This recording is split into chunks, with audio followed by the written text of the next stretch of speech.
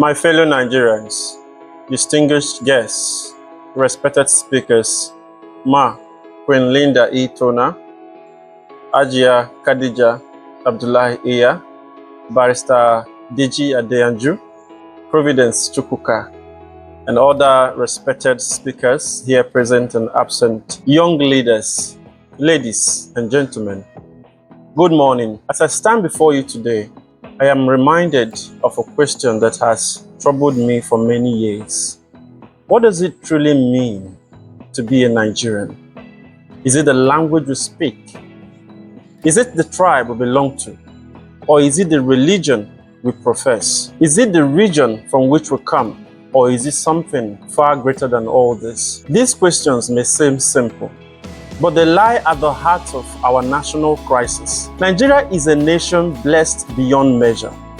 We are blessed with natural resources, fertile lands, brilliant minds, resilient people, diverse cultures, and an energetic youth population. Yet, despite these blessings, we often find ourselves divided by the very diversity that should be our strength. Today, many Nigerians introduce themselves first by their tribe before their nationality.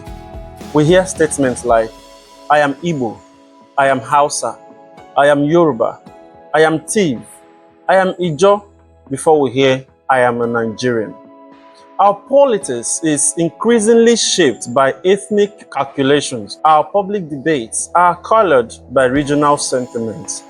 Our elections are often influenced by identity rather than competence. Even our sympathy sometimes depends on where tragedy occurs and who is affected. This reality should concern every patriot, because a nation cannot truly progress when loyalty to tribe consistently outweighs loyalty to country. My purpose today is not to condemn our diversity. Diversity is not Nigeria's problem. In fact, diversity is one of Nigeria's greatest assets. The problem arises when diversity is weaponized. Ladies and gentlemen, there is nothing wrong with loving your tribe. A tree must know its roots. There is nothing wrong with speaking your language. There is nothing wrong with practicing your religion. The danger begins when the roots become more important than the forest. The danger begins when the river refuses to join the ocean. The danger begins when tribes become more important than justice. Religions become more important than humanity. And regional loyalty becomes more important than national progress. Nigeria's problem is not that we have many tribes. Nigeria's problem is that too often we have allowed tribe to become a substitute for citizenship. We have allowed ethnicity to become a political currency. We have allowed religious identity to become an electoral strategy. We have allowed regional sentiments to become a measure of competence. And in doing so, we have weakened the very foundation upon which great nations are built. In recent years, Nigerians have repeatedly witnessed political rhetorics framed around entitlements to power. We have had arguments suggesting that leadership belongs to a particular people or region because it is their turn. We have seen slogans that appeal more to ethnic ownership than national competence. We have watched political conversations descend from discussions about ideas and policies into contests of identity and ancestry. Whether such rhetoric comes from the north, the south, the east, or the west, its effect is always the same. It invites citizens to think first as tribesmen before they think as Nigerians. And when a nation begins to choose leaders primarily through the lens of ethnicity, competence inevitably becomes secondary. History teaches us that nations rarely collapse because of external enemies. More often, they are weakened from within. When citizens become divided against themselves, a nation cannot move forward. When every election is reduced to a census of tribes, when excellence is sacrificed on the altar of ethnic sentiment, a nation cannot flourish when the question is not who is best prepared to lead, but who is one of us. The problem arises when politicians exploit ethnic fears for political gain, when we become more passionate about defending our ethnic interests than defending our national interest. And unfortunately, this has become a recurring pattern in our national life. Many years ago, the great African statesman Julius Nyerere warned that nations do not fail because they are diverse. Nations fail when people refuse to build a common identity larger than their differences. Nyerere inherited a Tanzania with over 100 ethnic groups, yet he deliberately pursued policies that emphasized nationhood above tribe. His vision was simple. People could celebrate their ethnic identities while remaining loyal to a larger national purpose. The lesson remains relevant to Nigeria today. We must ask ourselves difficult questions. How can we demand meritocracy when supporting mediocrity? Simply because it comes from our region. How can we complain about bad leadership while rewarding politicians who appeal to our tribal sentiments? Those are uncomfortable questions, but they must be asked. The late Achebe once observed that the trouble with Nigeria is largely a failure of leadership. His words remain relevant today. However, leadership does not exist in a vacuum. Leaders must emerge from society. A society that rewards ethnic loyalty above competence will eventually produce leaders who do the same. A society that excuses corruption because the culprit is our own person will struggle to build accountability. Therefore, while we rightly demand better leadership, we must also demand better citizenship. The responsibility of nation building belongs to all of us. Government has a duty. Political leaders have a duty. Traditional institutions have a duty. Religious leaders have a duty. But citizens also have a duty, particularly young Nigerians. Ladies and gentlemen, the future of Nigeria will not be determined solely by those occupying public offices today, because they can come and go.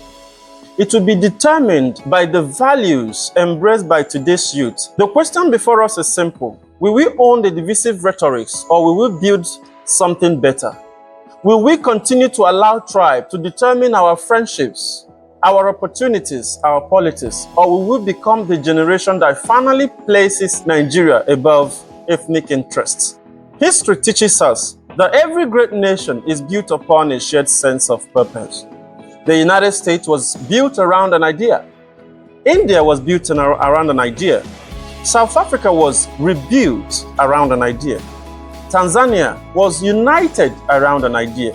And Nigeria too must be built around an idea. This was the dream of many of our founding fathers. Zikism was Dr. Nnamdi Azikiwe's vision for a Nigeria where opportunities would not be restricted by ethnic identity. He believed that national unity was essential to national development. His dream was not perfect. His generation made mistakes. But there was an understanding that Nigeria could only succeed if Nigerians saw themselves as members of one national family. Today, that dream appears increasingly challenged. Today, social media has become one of the greatest battlefields of modern Nigerian politics. Every day, citizens are encouraged to view national issues through the ethnic lenses. A tragedy occurs, and before sympathy comes, people ask where the citizens come from. A policy is introduced, and before examining its merit, people ask which tribe benefits. An election is contested. Before discussing competence, people ask who should rule and who should wait their turn. Particularly troubling is the growing tendency to vilify Nigerians who choose to think beyond ethnic boundaries. Too often, the tribalized citizens who support candidates from outside their ethnic group are labeled traitors to their people. Too often, voices calling for competence over ethnicity are attacked, blackmailed, mocked, or threatened. Too often, propaganda seeks to convince Nigerians that loyalty to tribe is a higher virtue than loyalty to truth, because a society that punishes independent thinking gradually loses the capacity for national renewal. The future of Nigeria cannot be built by people who merely inherit political prejudices. It must be built by citizens courageous enough to think for themselves. Political rhetorics often deepen suspicion, and economic hardship fuels frustration, while citizens retreat into ethnic and religious identities, seeking protection and belonging. Yet, this is precisely the moment when nationalism becomes most important. Not the nationalism of slogans, not the nationalism of empty speeches, not the nationalism that ignores injustices, but a nationalism rooted in shared responsibility, a nationalism that demands fairness, that rejects oppression and values every Nigerian life equally, a nationalism that insists that the child in Maiduguri, the farmer in Benue, the trader in Onitsha, the student in Lagos, the fisherman in Bayelsa, and the entrepreneur in Kano all deserve equal opportunity and dignity. That is the nationalism that Nigeria desperately needs. Thomas Sankara once declared that we must dare to invent the future. We cannot continue recycling old prejudices and expect a different outcome. We cannot continue inheriting old hatreds and expect national unity. We cannot continue blaming previous generations without accepting responsibility for the future. It begins when a young Nigerian chooses competence over tribal loyalty. It begins when a citizen condemns injustice, regardless of who suffers it. It begins when we defend principles rather than personalities. It begins when we reject propaganda and embrace truth. It begins when we stop asking, "What tribe is he?" and start asking, "What value does he bring?" That is how nations are built. Nelson Mandela spent 27 years in prison. Yet, when freedom finally came, he chose reconciliation over revenge. We must celebrate our identities without weaponizing them. Most importantly, we must remember that every generation is judged by the nation it leaves behind. Did we create unity? Did we retreat into tribal camps? Or did we embrace national purpose? Our answers will not be measured by speeches. They will be measured by actions. My fellow young Nigerians, the task before us is enormous, but it is not impossible. According to the Greeks, idiotes or idiots in English are the types of citizens who don't play any part in the collective effort for nation building. They are often the tribalistic ones. It's not an insult. It doesn't mean you are a fool, but you are a person who abandons public responsibility and leaves the future of society in the hands of others. The story of Nigerians has not ended. The final chapter has not been written. And perhaps, just perhaps, the generation that will finally place country above tribe, competence above sentiment, and national interest above personal interest are listening to me today. Will we continue to be manipulated by ethnic fear? Will we continue to measure leadership by tribe instead of competence? Will we continue to inherit old prejudices and pass them to the next generation? Or will we finally become the generation that places Nigeria above tribe, justice above sentiment, and national interest above personal interests? The story of Nigeria has not finished. The final chapter has not been written. And perhaps the greatest act of patriotism in our time is not merely to love our tribe, but to love Nigeria enough to rise above tribalism. When propaganda threatens truth, we must choose reason. When tribalism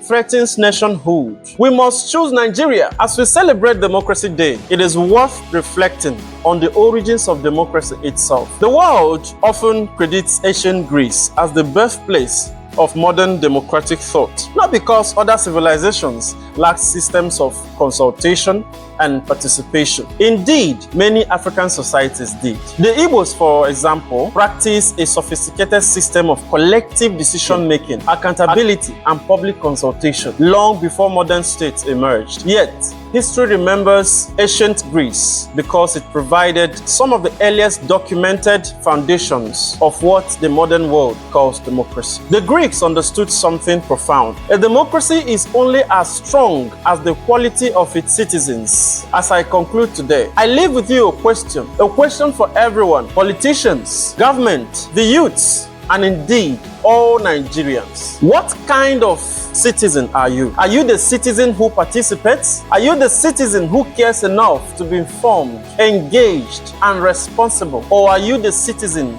the Greeks described as idiot? Thank you, and may God bless the Federal Republic of Nigeria.